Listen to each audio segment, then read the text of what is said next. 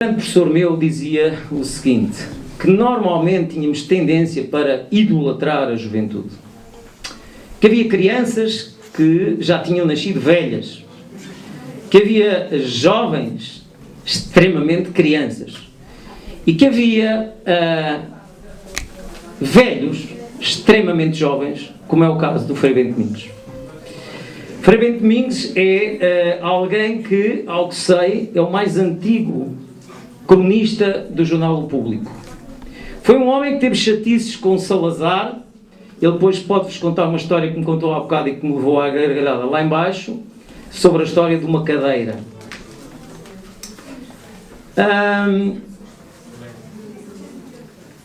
Desenvolveu atividade clandestina antes de 25 de Abril. Trabalha regularmente em termos intelectuais, mantém-se muito ativo.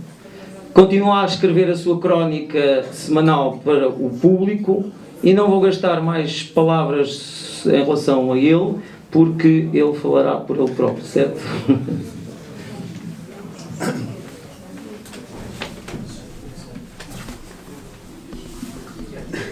Eu estou muito agradecido por este convite. Sabem que uma vez ao Raul Solnado disse o que é que pensava da juventude. Ele, ai que inveja! Já estava também muito velhote e nós conversávamos muitas vezes. Eu queria, em primeiro lugar, dizer o seguinte. O tema será que Deus mata? Eu não tive consultas especiais com Deus para saber quais eram os seus atributos, mas há algumas coisas que a gente pode pensar. Em primeiro lugar,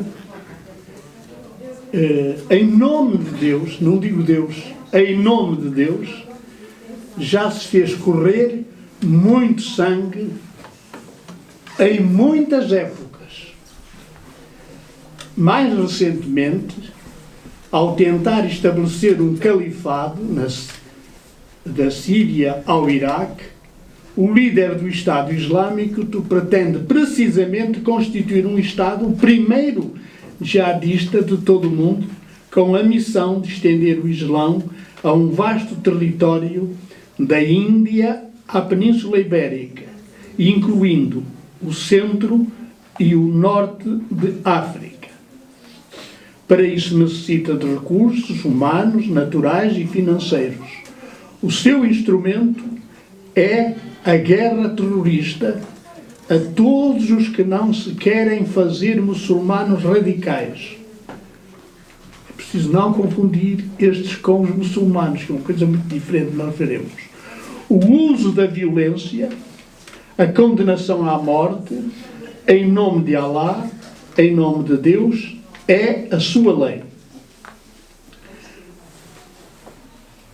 Eu depois vos direi como é que o grande imã do Egito, em Abu Dhabi, fizeram, ele e o Papa, um texto, o chefe dos muçulmanos, ao nível mundial, e o Papa, os dois fizeram um texto chamado a Declaração pela humanidade toda. Agora, para não me perder na coisa, eu fiz assim, aqui um esquema, que é o seguinte. A violência está dentro de nós. Como o amor, como as paixões todas. Estão dentro de nós. E há umas pessoas que têm mais pancada para umas coisas e outras para outras, não é? Quer dizer, as pessoas não são clonadas e portanto, têm maneiras de ver e depois há uma tendência, uma das tendências que temos, não é do poder. O poder é uma situação muito boa. Um inválido não tem poder. Não é? Agora, há um poder que se chama o poder de dominação. O querer ter sempre razão e o querer que os outros se dobrem à nossa opinião. Isso chama-se a dominação económica, a dominação política e a dominação religiosa.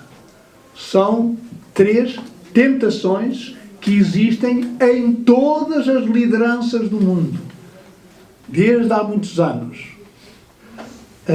Houve sempre gente que disse que a melhor forma de poder é a capacidade de amar, a capacidade de querer o bem do outro.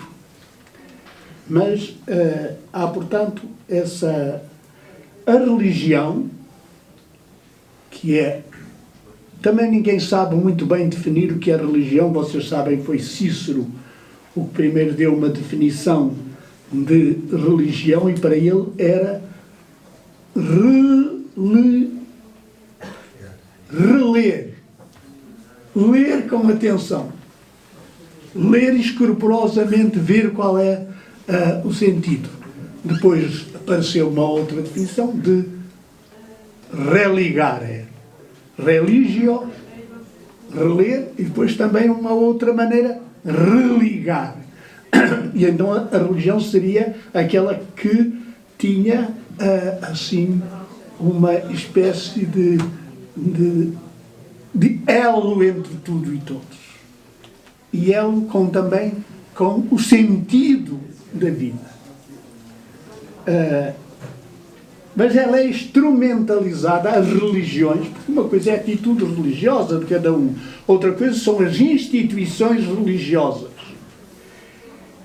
E as instituições são instrumentalizadas para robustecer misticamente o poder económico, o poder político, o poder territorial. Foi usada de 1000 maneiras, como se fosse, para ter força, dizer em nome de Deus. Em nome de Deus. Que era o Deus, uma homenagem terrível a Deus. Em nome de Deus, matar, por exemplo. Foi usada de 1000 maneiras, como se fosse, portanto, a cumprir a vontade de Deus. Eu tinha um colega que era muito engraçado, que dizia, um superior que lhe mandou fazer umas coisas em nome da vontade de Deus. Olha que a vontade de Deus não passa, a santíssima vontade de Deus não passa pela sua realíssima gana. Ora, foi usada de 1000 maneiras, como se fosse o cumprir a vontade de Deus. Esta invocação produz fanatismo. Há fanáticos de tudo, quer dizer, e de coisas que são inocentes. São fanáticos do futebol, são fanáticos deste clube, são fanáticos daquilo. De muitas coisas as pessoas ficam naquela e dali não saem, não é? Quer dizer, mas isso são fanatismos benignos, não é? Mas há outro tipo de fanatismos quando são sacralizados. É horrível. Na Antiguidade, na Idade Média, as cruzadas, na Idade Moderna, as guerras de religião, devido à divisão trazida pela reforma entre católicos, romanos e protestantes, fizeram-se guerras, mesmo no seio do cristianismo, que era o homem da paz. Já lá vamos. A violência em território que hoje é Portugal e Espanha foi primeiro a dominação árabe e a expulsão dos muçulmanos da Península Ibérica. Depois, a expulsão dos judeus. Desde a Idade Média, foi instaurada a Inquisição contra os heréticos na França e na Itália, e a mais feroz depois na Espanha, que Portugal copiou.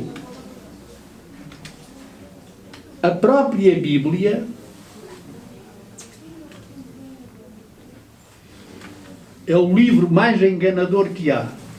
Vocês veem aqui encadernado, num só volume, e até há edições muito mais pequeninas, uma literatura que é de muitos séculos, de muitos géneros literários. Muitos géneros literários. E que as pessoas dizem a Bíblia. Não, a Bíblia é uma coleção de livros. Por isso era tá Bíblia, era plural. São muitos livros que agora modernamente se encadernam assim, e parece que é tudo foi um livro que alguém escreveu. Foram muitos autores ao longo de muitos tempos com interesses completamente diferentes uns dos outros. A própria Bíblia é uma coleção de escritos de muitas épocas e de muitos géneros literários. Apresentou Deus a mandar matar contra os que não eram do povo de Deus. Já lá vamos. Eu vou ler o texto do puro horror. É apenas um exemplo. Depois nós vamos. Eu até fotocopiei para poder ler, porque aquela letra é muito miudinha. Josué reuniu todas as tribos de Israel em Siquém e convocou os seus anciãos, chefes, juízes e oficiais todos se apresentarem diante de Deus. Então Josué disse a todo o povo: eis o que diz o Senhor, Deus de Israel. Vossos pais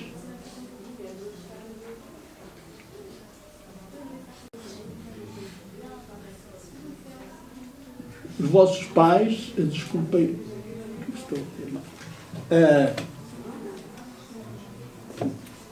pai de Abraão e de Naar, habitavam ao princípio do outro lado do rio e serviram outros deuses. Tomei o vosso pai, Abraão, do outro lado do Jordão e conduzi-o à terra de Canaã. Multipliquei a sua posteridade, dando-lhe Isaque, a Isaque Jacó e Esaú, e dei Esaú a montanha de Seir. Jacó, porém, e os seus filhos foram para o Egito. E depois enviei Moisés e Arão e feri o Egito com tudo o que fez no meio dele. Por fim, tirei-vos de lá, a vós, tirei-vos os vossos pais,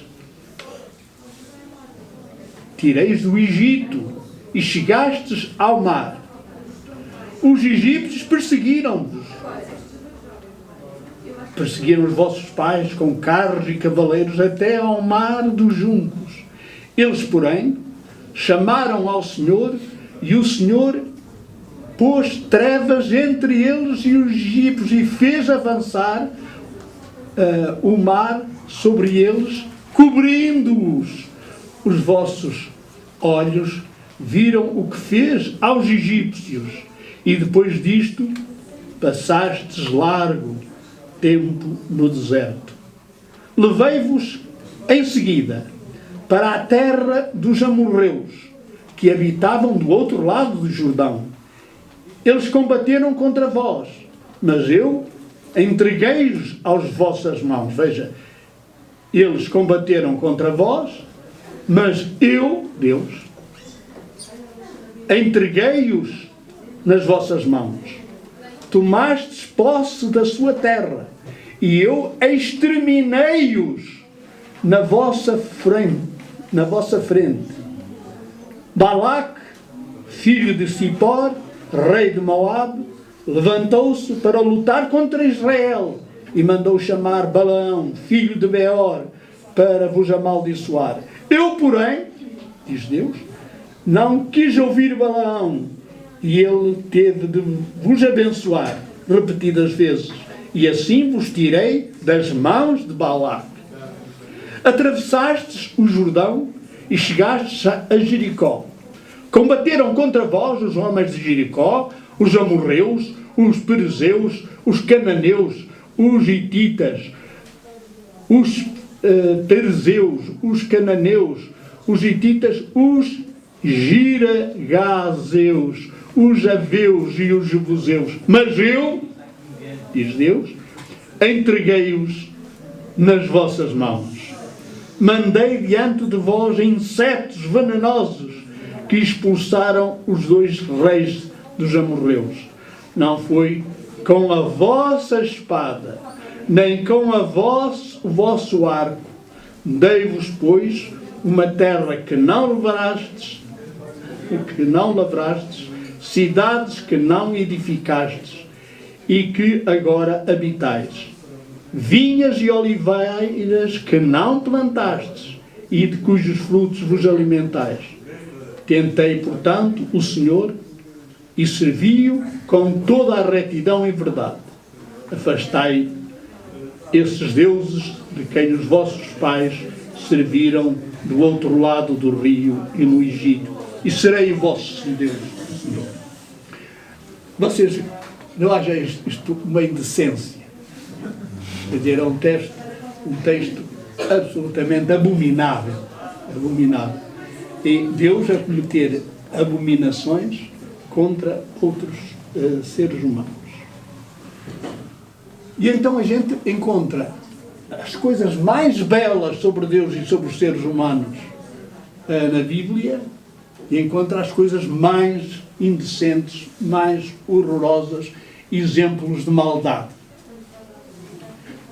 Um exegeta português que esteve 40 anos na Escola Bíblica de Jerusalém, morreu há 2 anos, Frei Francolino Gonçalves, analisou muito estas questões, porque as pessoas diziam, isto é de vários autores e tudo isso. Ele, não. Havia uma altura em que o próprio Israel admitia que havia muitos deuses. Eles tinham os deles, nós temos os nossos. E era pacífico. Mas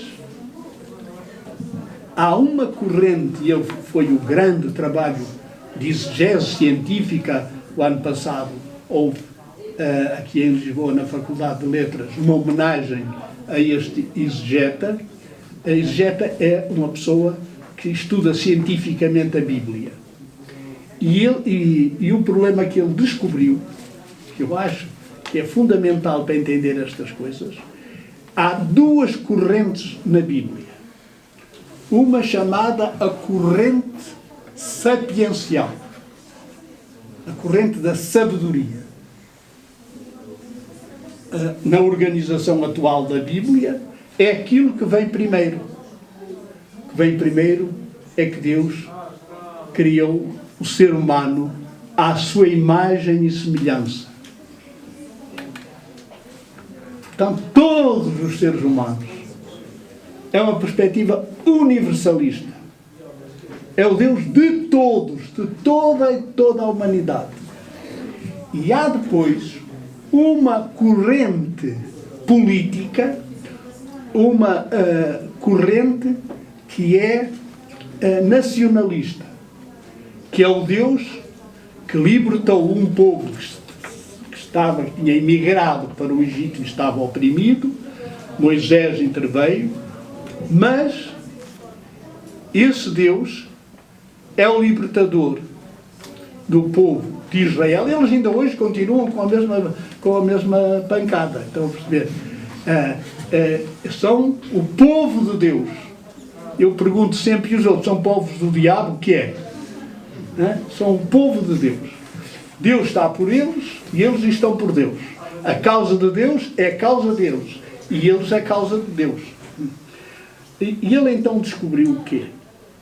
Que uma questão é a corrente, com muitas variantes, mas a corrente sapiencial, que é aquilo que vocês, há aqui um livro que vocês deviam ler, chamado Filosofia antes dos Gregos, de José Nunes Carreira, está na Europa América. E os filósofos, antes dos filósofos gregos, eram egípcios, eram da Mesopotâmia, eram de antiga civilizações, mas que tinham também uma arte de pensar e de viver. Quando se diz sabedoria, diz-se a arte de viver, saber viver bem a pessoa e saber viver bem com os outros. Quando se impôs esta ideia, Deus é nosso, estão a perceber? Depois dá é uma coisa que nunca mais acaba, porque depois os cristãos, contra os judeus que ocuparam a chamada Terra Santa, foram lá para libertar, fizeram as cruzadas, foram mortandades enormes, em nome de libertar uma terra por causa de Jesus Cristo, que não queria guerras. Estão a perceber? Depois, quando há divisão entre cristãos, entre católicos e protestantes, também o problema da guerra da religião. A nossa religião é que é boa, a vossa não presta. Estão a perceber? É sempre essa coisa. Agora, há algo que eu queria dizer ainda. Isto são concessões. O Novo Testamento é a parte mais pequena da Bíblia, chamado Novo Testamento, que chamavam o Antigo Testamento, ou o Primeiro Testamento. O Novo Testamento gira todo, tem vários livros, mas gira todo em torno da questão de Jesus. Se ele é o Cristo ou não é o Cristo. Ora, aqui há uma coisa muito importante no Novo Testamento. Porque no Novo Testamento, vocês se pegarem, por exemplo,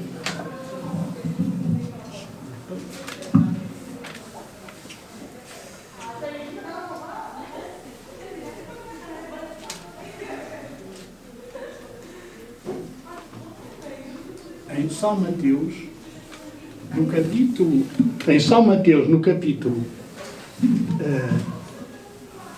5º e 6º, é sobre as bem-aventuranças.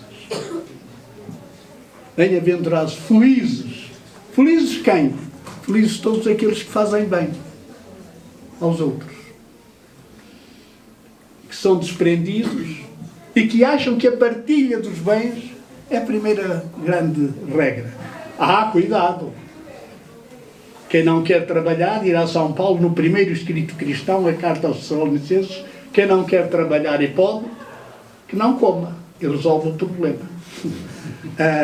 Mas os bens, cada um tem capacidades que deve desenvolver. Mas em vez de querer desenvolver um império, deve desenvolver a capacidade de fazer obras que deem trabalho a todos, bem remunerado.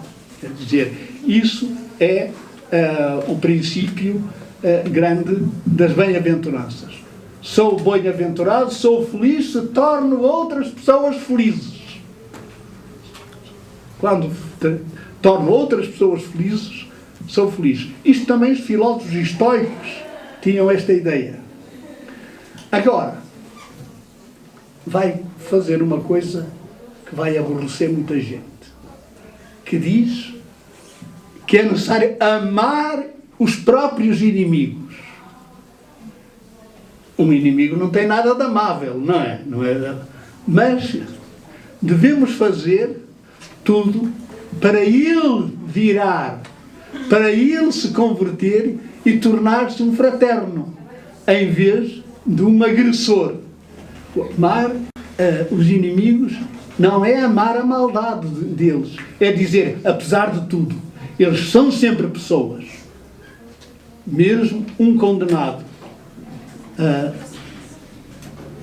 um que está na cadeia, um que fez grandes crimes às pessoas, os jornais e tudo isso. Mas a coisa única que se deve fazer, e por isso é que não pode haver prisão perpétua, é que esperar que as pessoas deem a volta. Estão a perceber? Que reconheçam que asneiraram. Não? Mas quando é uma forma de castigo, é violência, chama sempre outra violência. E não tem paragem. Houve um filósofo francês, o René Girard, que fez um grande estudo. Ele era da área do estudo das literaturas e dos mitos, e ele disse que só na cruz de Jesus é que se acabou com o sentido da violência. Porque aqueles que o estavam a matar, aqueles que estavam a dar-lhe o fim, ele diz: Pai, perdoai-lhes, não sabem o que fazem. Quer dizer, ele deu vida àqueles que lhe davam a morte. Mas há uma coisa muito engraçada no Evangelho, na primeira carta de São João. São João escreveu um Evangelho, mas depois escreveu também cartas. É os últimos escritos do Novo Testamento. E ele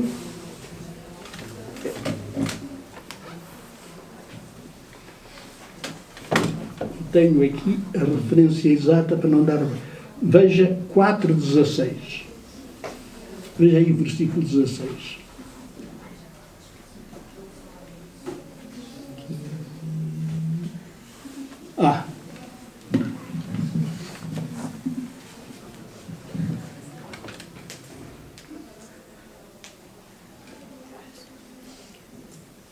Nós conhecemos o amor que Deus nos tem. O amor que Deus nos tem.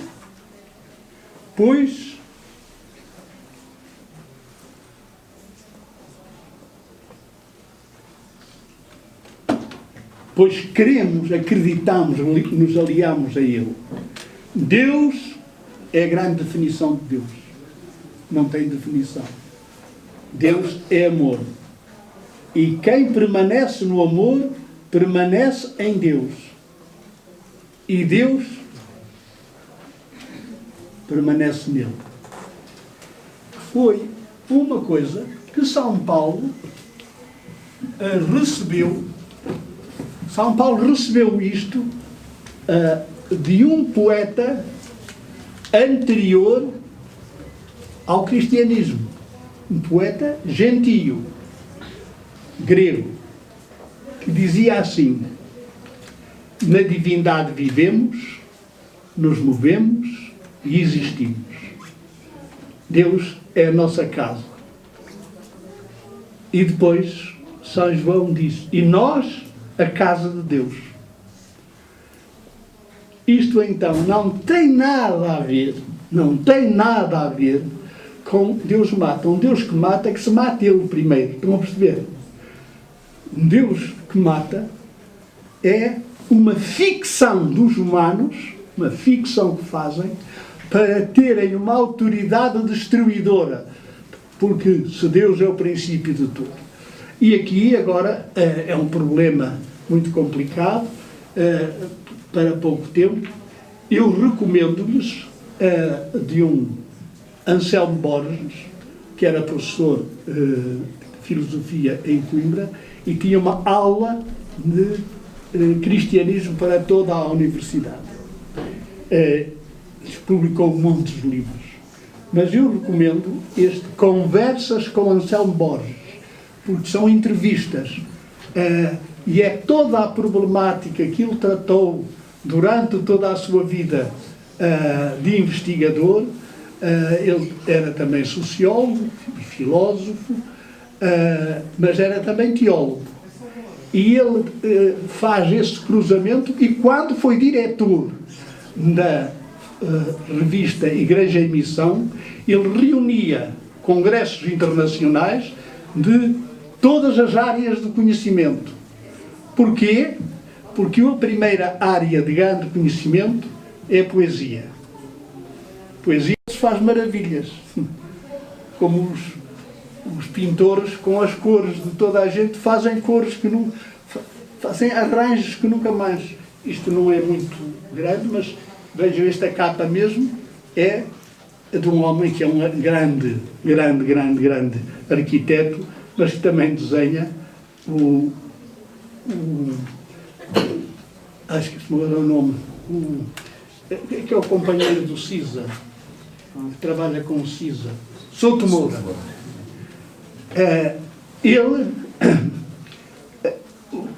Eu diria assim, a primeira sabedoria de todas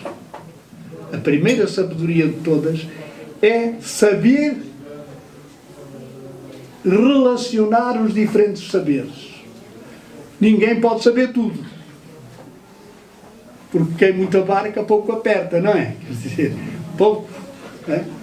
Mas deve trabalhar na escuta dos outros saberes, na escuta das outras maneiras de saber. As pessoas reuniram assim de uma forma um bocado bastante inadequada as ciências duras, as ciências exatas, e depois as ciências moles, as chamadas ciências humanas. E depois a filosofia ficava assim uma prima muito mal amada. E a poesia, isso é um entretém. E a música? Reparem que a grande linguagem humana é da música. Porquê? Não tem referente. A gente nunca pode dizer numa música com que é que se parece. Não se parece. Parece-se com ela. Cada criação musical. E ela bola com todos os nossos sentimentos, quando é grande música, não é? Porque há música, assim, a sério, e depois há a música ligeira, que tem uma característica de ser ligeira, é como a manteiga ligeira ou manteiga. Agora, o problema é que esses saberes, todos, são património de toda a humanidade. E todas as pessoas devem escutar todas as culturas. Eu também estive fui vários anos em África, Moçambique, muitos anos, e passei 2 anos em Angola, mas tenho um colega que fez uma tese de doutoramento, Frei José Nunes, sobre a enculturação. Como é que o Evangelho, para ser universal, tem de se enculturar nas diferentes sabedorias, nas diferentes culturas, nas diferentes artes de viver. São as culturas. São diferentes artes de viver. Ora, o que eu queria só sublinhar é que, por causa da ideia do Deus mata, o Nietzsche até inventou do Deus morreu. E eu acho que é muito bom que morra esse Deus que mata. Essa representação que há. Agora, eu acabo nisto. Eu gosto muito de uma pergunta que fizeram a Einstein e, sobretudo, a resposta dele. A pergunta era se ele acreditava em Deus. E ele disse: diga-me lá o que é que pensa você dessa pergunta, o que é que pensa de Deus, e eu vou dizer sim ou não. Mas, na resposta, ele fez esta coisa fantástica, que eu acho. Nós estamos num mundo que não é caótico, totalmente. Não é ao calhas. Porquê? Porque há ciências. As ciências o que são? As ciências confessam que o mundo é inteligível. Portanto, se pode fazer ciências. Podemos encontrar leis. Podemos encontrar leis. E isto faz com que o mundo não é fruto do acaso. A gente não sabe explicar nada como é. Houve um padre que inventou aquela teoria muito bonita do estalido universal, o Big Bang, um padre da Universidade de Lovaina, foi que inventou essa. Houve um estalido inicial que deu origem a tudo. E quem é que fez que houvesse estalido? A gente não sabe, não é? Portanto, nós tínhamos, eu estudei muito São Tomás de Aquino, que leu, estudou, aos 49 anos tem uma obra imensa, mas ele começou a sua Suma de Teologia, depois de fazer a epistemologia da teologia, disse, e agora vamos ver como Deus é. Se Deus existe, como é que é? E ele diz, vamos estudar como é que Deus não é. Porque nós não temos uma definição. Uma definição é uma coisa que delimita, não é? Faz fronteiras. Nós temos a vida, no seu fundo, é um mistério inabarcável. Um mistério inabarcável, que ninguém sabe.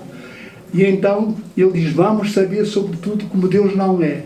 E a teologia dele é contra a idolatria. Não é contra a idolatria neste sentido. Não pareis em nada de relativo como se fosse um absoluto. Não pareis em nada de relativo como se fosse um absoluto. Não absolutizeis nada de relativo.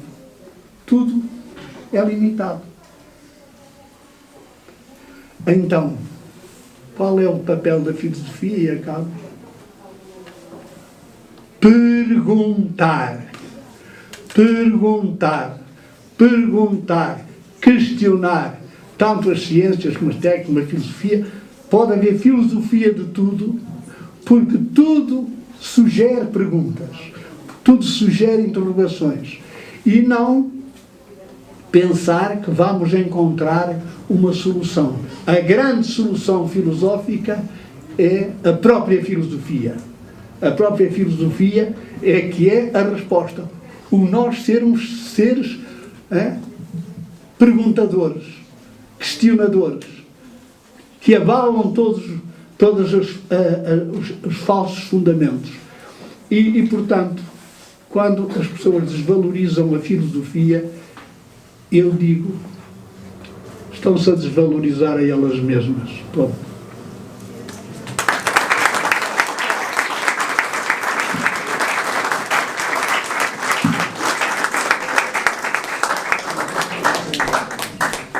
Perguntas.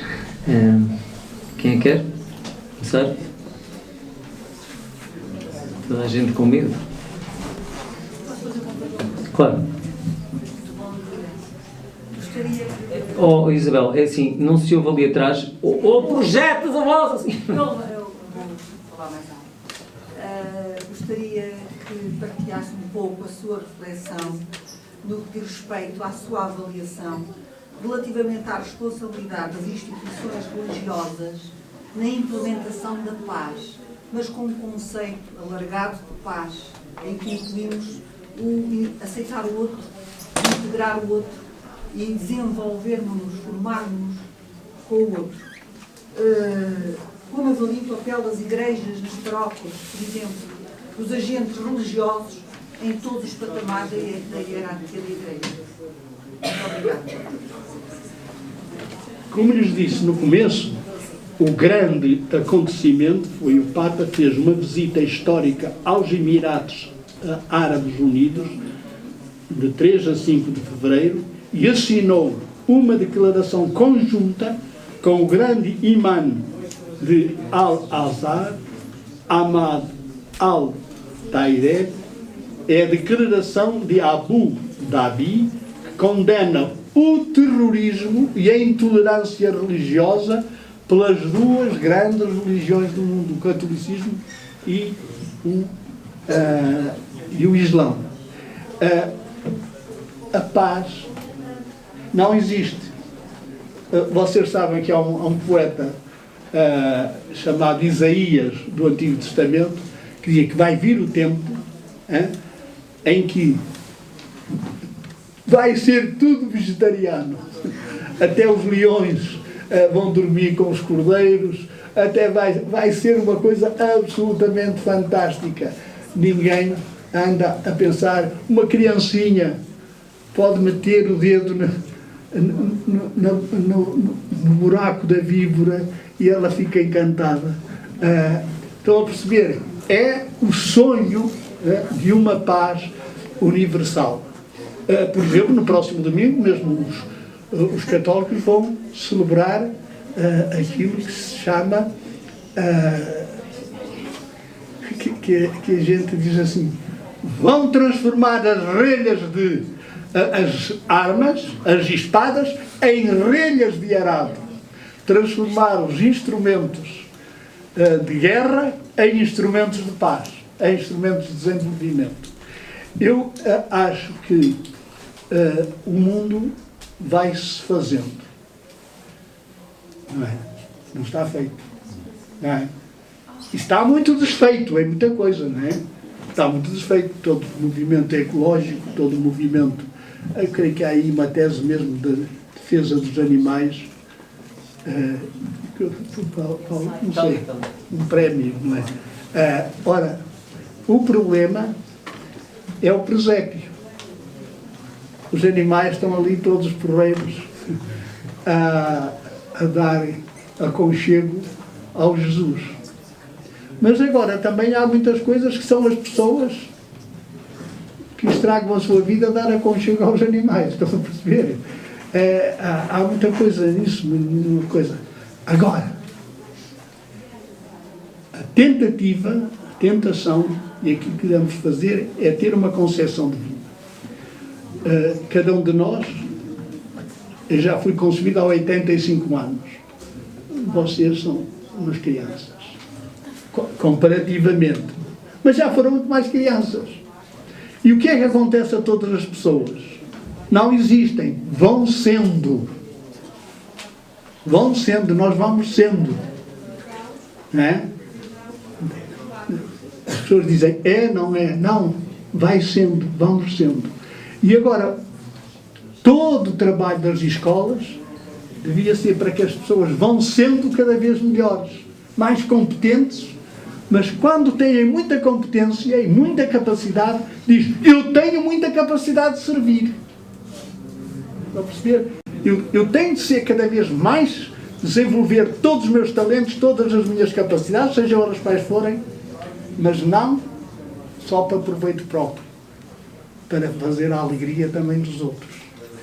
A paz, o grande inimigo da paz, atualmente, é as imensas desigualdades em que um pequeno grupo tem tudo e a maioria da população não tem nada. Isso é que é. Essa desigualdade é que é fonte das guerras. Porquê? Porque as pessoas todas, vocês vejam, de Hong Kong até às Américas, está tudo em evolução, está tudo em protesto. Porquê? Porque as pessoas não suportam a má divisão da riqueza. Mas depois também não pode haver o culto da preguiça. Eu tinha um colega que era muito engraçado. Quando saíamos a passeio, eu nunca levava nada. Eu dizia, há sempre algum tolo que traz a mais. Agora, não. Nós devemos contribuir todos, para, com os nossos talentos, com as nossas capacidades, e depois de ter um suplemento de alma para aqueles que já não podem ou que ainda não podem. Os doentes. Estão a perceber? Os velhos. Aqueles que a gente já chama descartáveis. Este já não dá nada, este já não presta. Porque há um critério que se mete, que os filósofos devem destruir, que é o critério, as pessoas valem pelas suas obras. Mentira. Mentira. Eu, por exemplo, quando vejo as homenagens agora à Sofia, que era uma grande amiga minha e trabalhei, fiz o funeral dela e tudo isso, mas disse no funeral, as pessoas estão todas a dizer que ela morre, mas fica a obra. Digo, mas ela é mais importante que a obra. É preciso que haja alguém que lhe dê futuro para sempre. Agora, nós temos um bocado isto. Usa-se e deita fora. E também as pessoas depois temos isso. Portanto, isso para mim é o grande inimigo da paz. A paz é fazer esta interligação entre todos. E depois, meu Deus, sofrer com paciência as fraquezas do nosso próximo também.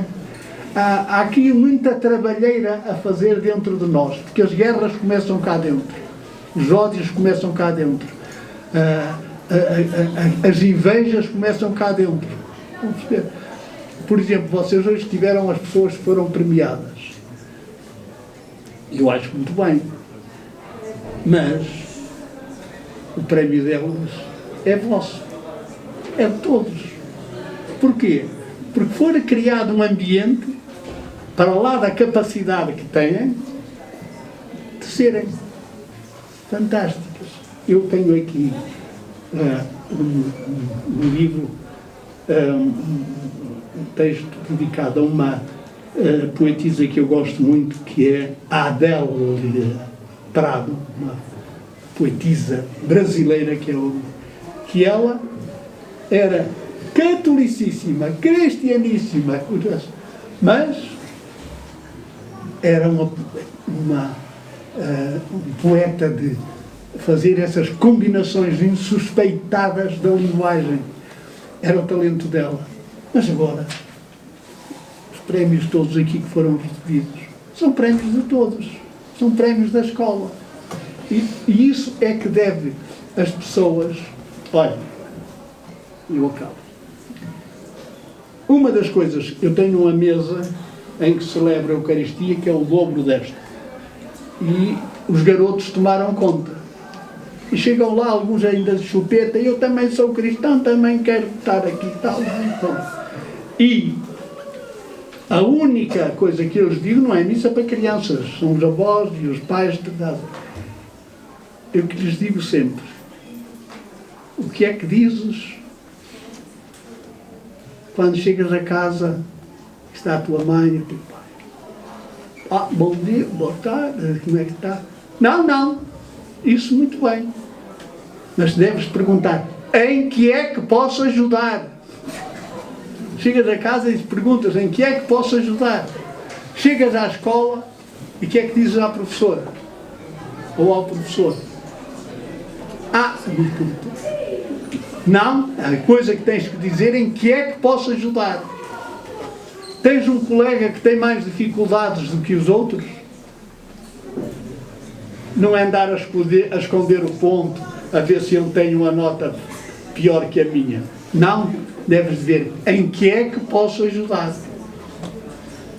Isto não favorece a preguiça, isto favorece o bom ambiente, a paz entre todos.